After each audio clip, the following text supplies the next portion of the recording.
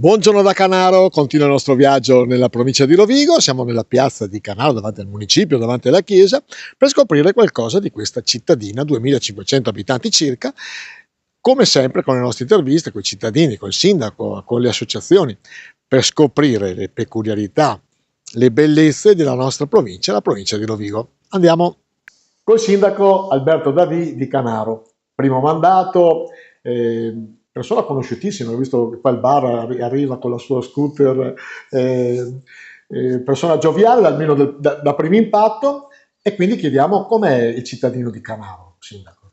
Buongiorno a tutti.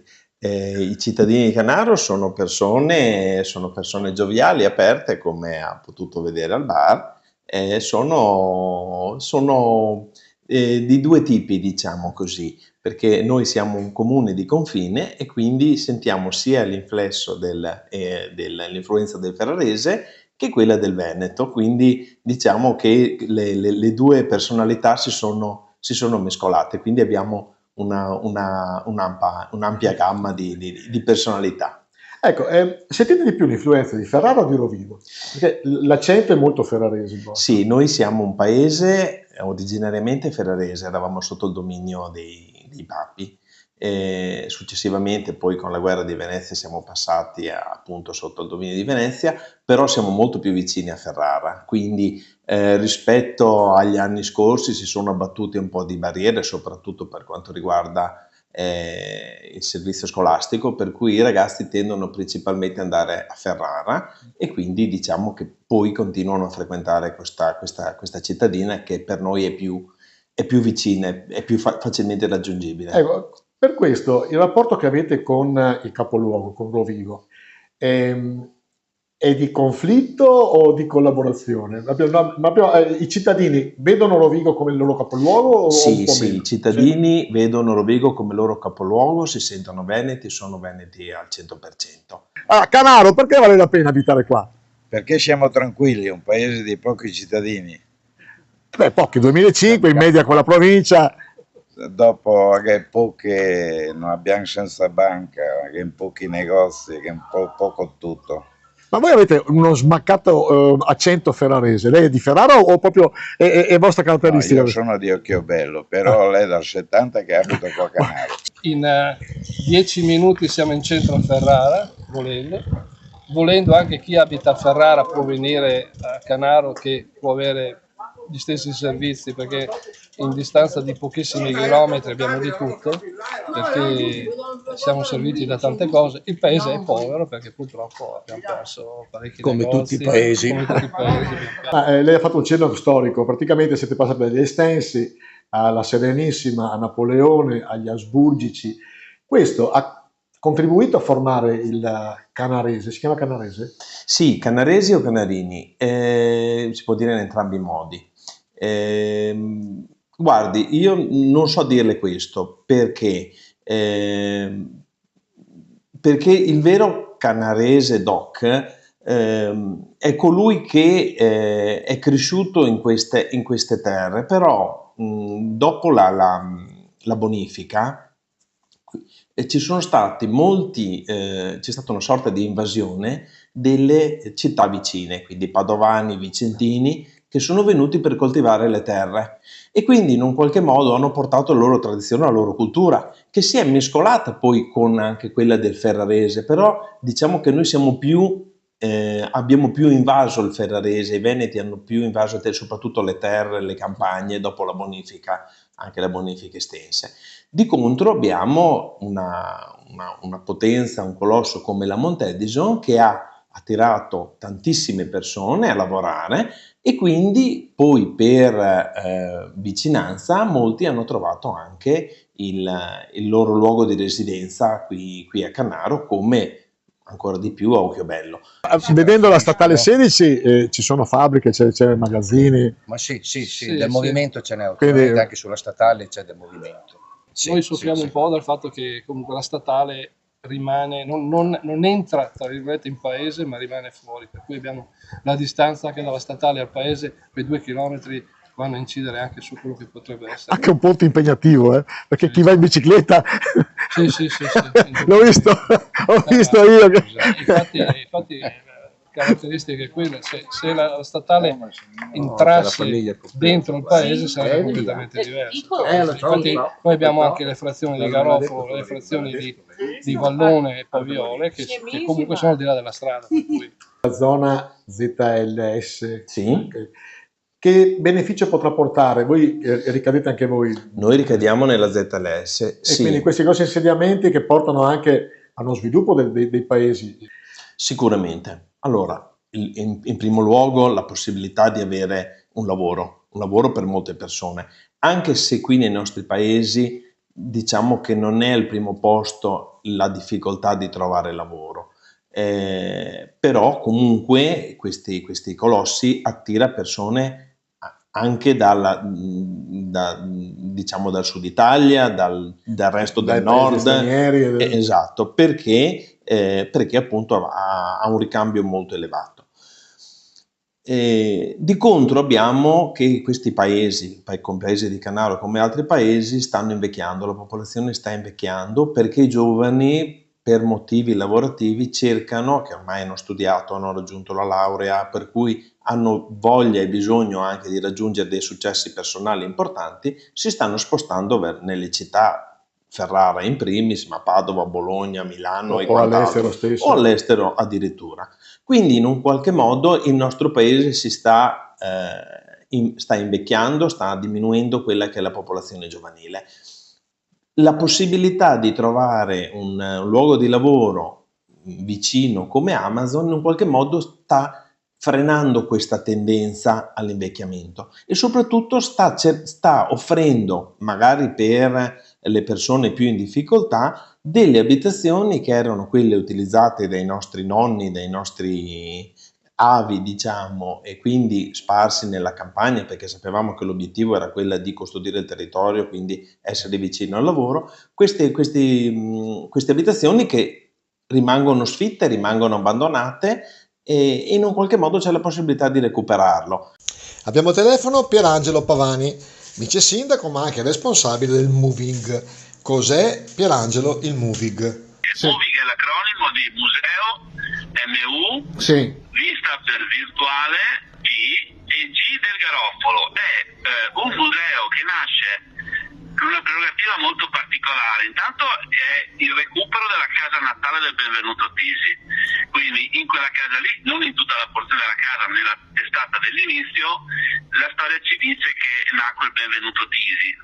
Questo casa natale è stata appunto oggetto di un bando, è stata restaurata, ripristinata, eccetera. È stato creato il primo museo virtuale italiano tematico. Quindi cos'è un museo virtuale?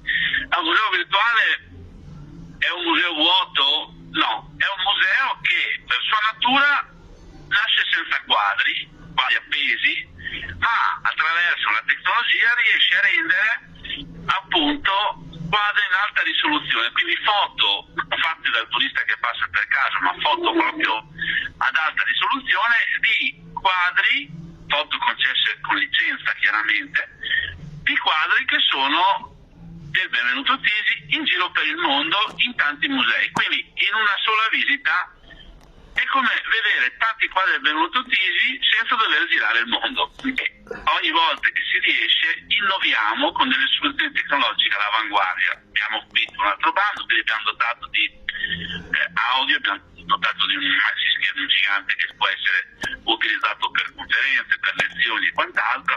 E quindi il Moving poi nel tempo, da museo virtuale monotematico, grazie un po' alla mia testardaggine, si è aperto anche a diventare un laboratorio e un museo anche di arte vera, perché abbiamo fatto anche diverse mostre di quadri fisici. È aperto ogni quarta domenica del mese, oppure su prenotazione. È stato ed è attualmente gestito da Pop Out, che è una cooperativa, un gruppo di persone, di ragazzi straordinari che sono veramente molto bravi, poliedrici vorrei dire, e grazie appunto a loro, persone veramente squisite, questo museo è cresciuto molto. E i servizi rispetto al capoluogo ci sono? Pullman? Allora, ferrovia. qui sta mettendo il dito in una piccola piaga, perché purtroppo i servizi ci sono, ma sono pochi. Consideri che abbiamo un mezzo pubblico che è allora, Canaro sarebbe servita sia dalla ferrovia che dalla linea dell'autobus, però la ferrovia di fatto, poiché è diventata una linea veloce, non dà più tanto spazio ai locali, per cui non c'è la possibilità di avere fermate, ce ne saranno un paio, anche Quindi perché viaggi a orari normali, diciamo. esatto, perché ormai gli operai non ci sono più come c'erano una volta, che prendevano d'assalto il treno per andare alla Mount Edison o andare da altre parti. E l'autobus purtroppo è legato a quelli che sono degli orari prestabiliti, perché il numero degli autobus si è ridotto, e pertanto la tratta Rovigo-Ferrara comunque ha bisogno di almeno 2 ore per tornare, quindi siamo legati a queste cose. Sono alcuni anni che sto discutendo con la provincia che organizza il servizio pubblico e la regione che a sua volta finanzia questo, per cercare di implementare questo servizio, perché non sempre gli orari coincidono con le esigenze degli studenti. È una gara dura, è una battaglia, perché effettivamente diventa difficile. I numeri ci sono, però ad esempio Occhiobello ha un servizio di tram che consente ai ragazzi di andare direttamente a Ferrara utilizzando i percorsi urbani, e questo servizio in un qualche modo ha alleggerito quello che è il servizio pubblico, e quindi il secondo mezzo diventa troppo oneroso per il numero di passeggeri che ci sono. Però il servizio c'è. Come si sta qua a Canaro? Un giovane come te a Canaro? Si sta bene, ma io sono originario di Garofalo, e poi mettendo su famiglia mi sono trasferito qui a Canaro, perché comunque si sta bene, insomma, posto tranquillo. Garofalo è la frazione. È una frazione. Siete trattati bene dal centro? Sì, Vi vogliono bene? Assolutamente sì. Quindi siete soddisfatti? Non c'è attrito tra i garofoliani e canaresi? No, non c'è attrito. In questo mio viaggio vedo la difficoltà di conoscenza tra le 3 anime della provincia, Alto Polesine, Medio Polesine e Basso Polesine. Sì. Perché non è diventato il Po, perlomeno nella parte destra o sinistra, la parte sinistra non è diventato un collante? Perché Melare e Bergantino non sanno cosa succede a Portotolle e ad Ariano e viceversa? Non lo so, perché a volte forse è semplicemente perché siamo presi dalle faccende quotidiane, magari facciamo fatica a mettere in piedi altri progetti e altre attività. Al momento stiamo lavorando, stiamo ragionando per comparti allargati rispetto ai comuni.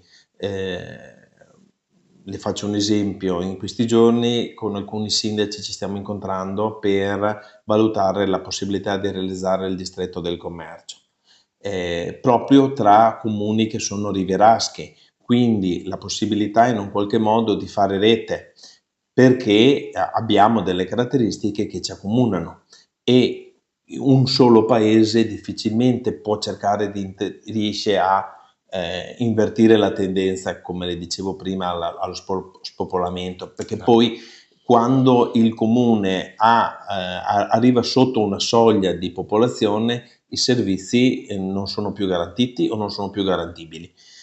Tra gli eventi che animano l'estate a Garofalo c'è anche un po' di notte, la camminata non competitiva del 29 agosto organizzata dal CSI Benvenuto Tisi. Un percorso di 7,2 km interamente accessibile che si svolge sotto le stelle lungo il fiume. Non è una gara, sottolineano gli organizzatori, ma un'occasione per camminare, chiacchierare e godere della natura. Novità apprezzata è il Bau di notte, che apre le porte anche agli amici a 4 zampe. I cani sono i benvenuti e possono partecipare assieme ai loro padroni, aggiunge il vice sindaco Pavani.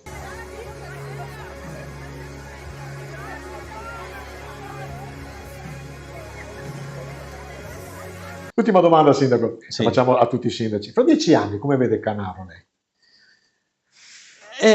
Guardi, la vedo molto simile a come è oggi. Io mi auguro che possa avere un successo, quella che lei ha accennato prima, quindi la ZLS, che si possano realizzare quel numero di posti di lavoro che consenta a qualche famiglia di insediarsi, quindi in un qualche modo interrompere quella che è la decrescita della popolazione, perché siamo in un momento un po' di studio, un po' di stasi, perché siamo in una fase di ricambio generazionale. Purtroppo i figli non stanno seguendo quello che è stato il percorso dei genitori, pertanto ci sono più di qualche attività che sta chiudendo. Siamo sulla soglia minima affinché certi servizi possano essere attivi. Io mi auguro e penso che superati qualche anno di difficoltà che stiamo affrontando, ci possa essere una ripresa importante, perché vorrei che la parte del turismo lento cominciasse a portare i frutti, che la ZLS potesse partire. Insomma, stiamo mettendo in campo vari progetti, la stessa parte del distretto del commercio, e c'è bisogno di qualche anno affinché si vedano i frutti del lavoro fatto. 10 anni. 10 anni, 5 anni per ripartire, 10 anni per trovare stabilità. Io sono un ottimista per natura, quindi vedo sempre il bicchiere mezzo pieno. Naturalmente per arrivare lì bisogna lavorare e lo stiamo facendo. Mi auguro che i risultati ci diano soddisfazione. Grazie sindaco. Grazie a lei. Puntata finita che qua a Canaro, bellissima città, ci è piaciuto come sempre visitarla. Che dire, settimana prossima forse siamo ancora nei paraggi qua del 100 Alto Polesine, e da Leandro Maggi è sempre un piacere stare con voi. Ciao a tutti.